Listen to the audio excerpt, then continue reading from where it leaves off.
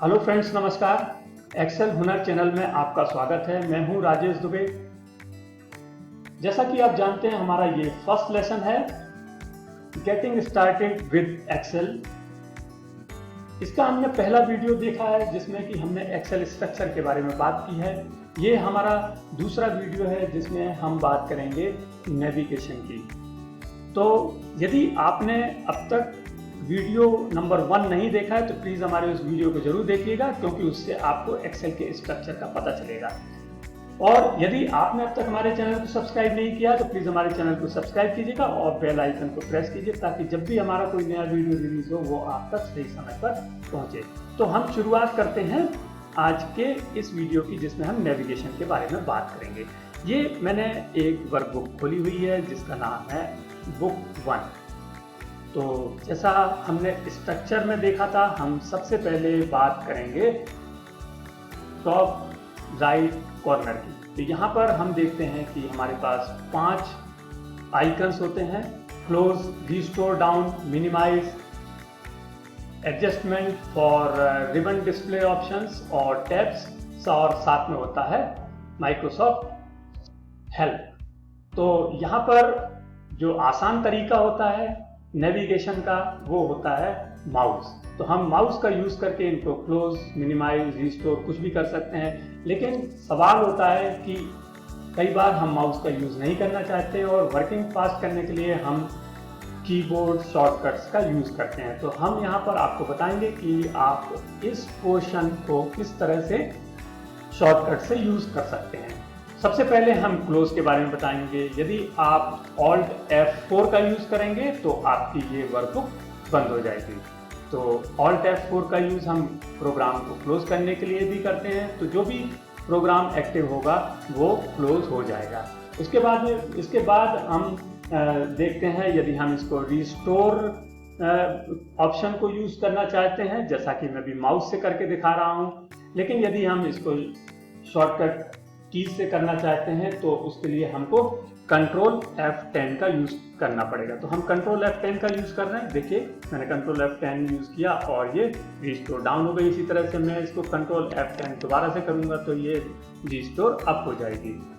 अब हम बात करते हैं इसको मिनिमाइज करने की। यदि हम कंट्रोल F9 करेंगे तो ये मिनिमाइज हो जाएगी। लेकिन यहाँ पर आपको एक चीज ध्यान रखनी है कि जब आप मिनिमाइज करते हैं तो आप उसको दोबारा से F9 से उसको रिस्टोर नहीं कर सकते हैं।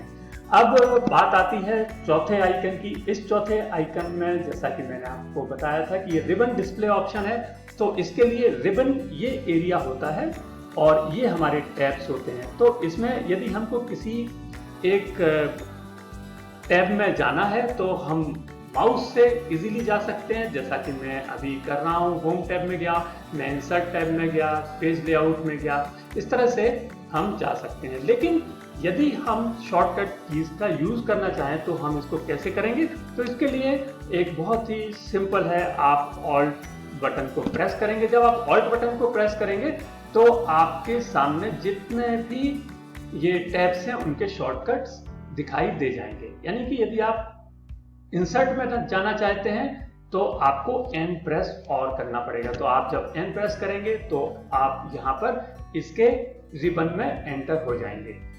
ठीक है। तो यदि यहाँ पर हमको एक टेबल यूज करनी है, टेबल इंसर्ट करनी है, तो जैसा यहाँ पर शो हो रहा है T, तो यहाँ पर हम T का यूज करेंगे और यहाँ पर आप देखेंगे कि ये create table dialog box appear हो गया है। इससे हम एक टेबल बना सकते हैं। तो ये रही बात इस ऑप्शन की, फोर्थ ऑप्शन की, कि हम किस तरह से रिबन डिस्प्ले ऑप्शंस का यूज शॉर्टकट कीज से कर सकते हैं। इसके बाद जो हमारा 5वां ऑप्शन है वो है माइक्रोसॉफ्ट हेल्प का। इसके लिए हम F1 का यूज करेंगे। तो जब भी हम F1 प्रेस करेंगे तो हमारी माइक्रोसॉफ्ट हेल्प खुल जाएगी। ये देखिए, जैसे ही मैंने F1 प्रेस किया तो एक्सेल हेल्प यहाँ पर आ गई है। इसके लिए आपका इंटरनेट कनेक्शन होना जरूरी है और इस सर्च हेल्प डायलॉग बॉक्स में आप जो भी टाइप करेंगे वो आपको यहाँ पर रिजल्ट डिस्प्ले हो जाएंगे। अब हम बात करते हैं अपने लेफ्ट टॉप कॉर्नर की। यहाँ पर जो सबसे ऊपर लेफ्ट कॉर्नर में है वो हम इसको कहते हैं क्विक बार एरिया। तो ये क्विक बार एरिया में यदि हम शॉर्टकट्स का यूज़ करना चाहते हैं, सबसे पहला इसमें बाय डिफ़ॉल्ट होता है सेव का। तो सेव के लिए हम कंट्रोल एस का यूज़ करते हैं, जैसा कि यहाँ पर दिखाई दे रहा है। और अनडू और रीडू के लिए हमारे जो बटन्स हैं वो हैं कंट्रोल जी और कंट्रोल वाई। मैं आपको करके दिखा रहा हूँ। फॉर एग्जांपल मैं यहाँ पर टाइप करता हूँ हेलो और उसको एंटर करता हूँ, लेकिन यदि मैं इसको अनडू करना चाहता हूँ तो मैं कंट्रोल जी प्रेस करूँगा तो वो रिमूव हो जाएगा। इसी तरह से जब मैं कंट्रोल वाई करूँगा तो ये दोबारा से आ जाएगा। तो ये हम क्विक एक्सेस टूल बार का यूज़ कर सकते हैं शॉर्टकट की से। अब हम यहाँ पर यदि इसको कस्टमाइज करते हैं और मैं एक ऑप्शन यहाँ पर डाल देता हूँ, एक टूल बार यहाँ पर ऐड कर देता हूँ न्यू का, तो ये न्यू का आइकन अपीयर होने लगा है। यदि हम न्यू शीट खोलना चाहते हैं, न्यू वर्कबुक खोलना चाहते हैं, तो इसके लिए हम कंट्रोल एन प्रेस करेंगे। तो जैसे ही हम कंट्रोल एन प्रेस करेंगे हमारी न्यू वर्कबुक ओपन हो जाएगी। तो आप देख रहे हैं ये बुक नंबर 2 ओपन हो गई है कंट्रोल एन को प्रेस करने के बाद। मैं अभी इस वर्कबुक को बंद कर देता हूं और हम वापस वर्कबुक 1 की तरफ ही आ गए हैं। अब हम चलते हैं हमारे लेफ्ट बॉटम पे जहां पर की शीट्स हैं। तो यहाँ पर आप देख रहे हैं कि ये कुछ शीट्स हैं। अब हम इनको किस तरह से शीट्स को ऐड कर सकते हैं। तो शीट्स को ऐड करने के लिए हम यहाँ पर जो प्लस का साइन है उसका यूज कर सकते हैं। और यदि आप इसका शॉर्टकट जानने की कोशिश करेंगे तो शॉर्टकट के लिए हम इसको शिफ्ट F11, जैसे ही हम शिफ्ट F11 करेंगे आप देख रहे होंगे कि हमारी शीट्स इंक्रीज होती जा रही हैं, एक शीट ऐड होती चली जा रही है। अब इन्हीं शीट का जो हमको नेविगेशन करना है, यदि हमको एक शीट से दूसरी शीट की ओर जाना है तो उसके लिए हम क्या करेंगे। फॉर एग्जांपल मैं अभी शीट नंबर 13 में हूँ, मैं शीट नंबर 12 में जाना चाहता हूँ या शीट नंबर 11 में जाना चाहता हूँ, कि इसके लिए मैं इस तरह से शॉर्टकट का यूज करूँगा।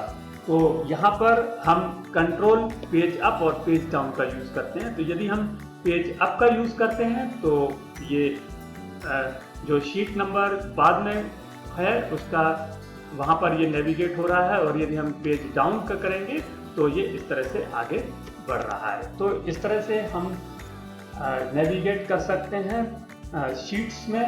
अब बात हम करते हैं आज के जो हमारा जो टास्क बार है। ये बार जैसा कि मैंने आपको बताया था ये टास्क बार है, और यहाँ पर 3 ऑप्शंस दिखाई देते हैं, 3 व्यूज के ऑप्शंस दिखाई देते हैं, जिनमें कि पहला है नॉर्मल, दूसरा है पेज लेआउट और तीसरा है पेज ब्रेक व्यू। तो हम माउस से हमेशा इनको यूज कर सकते हैं, लेकिन यदि आप माउस से यूज नहीं करना चाहते हैं तो आप क्या करेंगे। तो इसके लिए बहुत ही सिंपल है, आप ऑल्ट में जाइएगा, ऑल्ट प्रेस करिए और इसके बाद में आप व्यू को आप देख रहे होंगे तो यहाँ पर हमको W प्रेस करना होगा। तो हम W जब प्रेस करेंगे तो हमारे पास में ये ऑप्शंस आ जाते हैं। तो यदि हम यहाँ पर I का यूज करेंगे तो आप देखेंगे कि हमारा ये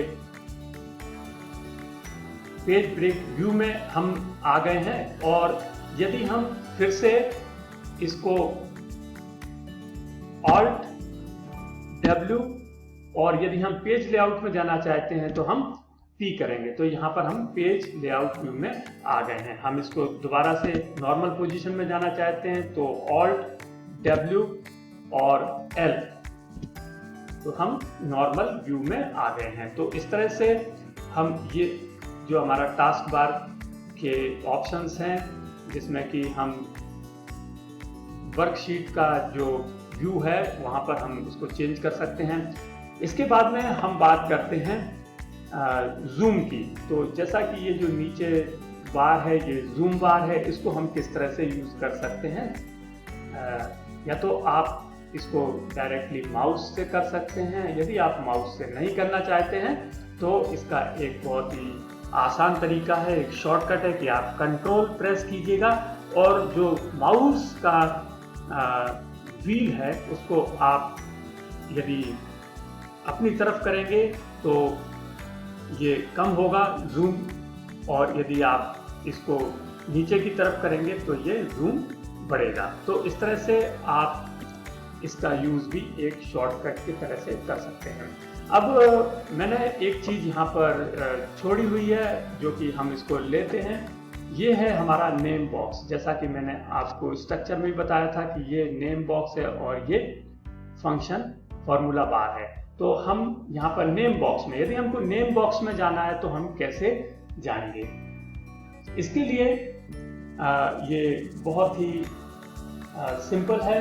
नेम बॉक्स में जाने के लिए हम कंट्रोल Z प्रेस करेंगे, तो जैसे ही आप कंट्रोल Z करेंगे तो ये गो टू आ जाएगा। यहाँ पर हम सपोज करिए H5 टाइप करते हैं और इसको हम ओके करते हैं या प्रेस करते हैं तो हम H5 में आ जाएंगे। यानी कि हम नेम बॉक्स का यूज कर सकते हैं कि हम किस सेल में जाना चाहते हैं।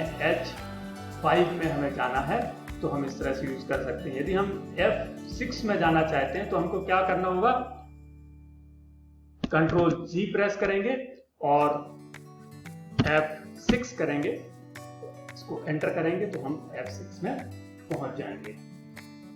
तो ये रही हमारे पूरा स्ट्रक्चर जो हमने सुबह समझाया था आपको अपने फर्स्ट वीडियो में, उसका नेविगेशन है। अब हम बात करते हैं अपने वर्क एरिया के नेविगेशन की। तो वर्क एरिया के नेविगेशन को आप या तो माउस से कर सकते हैं, दूसरा तरीका है हमारा टैब का। यदि हम टैब का यूज करेंगे तो हम एक सेल से दूसरे सेल पे जा सकते हैं। साथ में हम डाउन एरोज की और अप एरो की, लेफ्ट एरो की और राइट एरो की से भी अपने एक्सेल वर्क एरिया का नेविगेशन कर सकते हैं।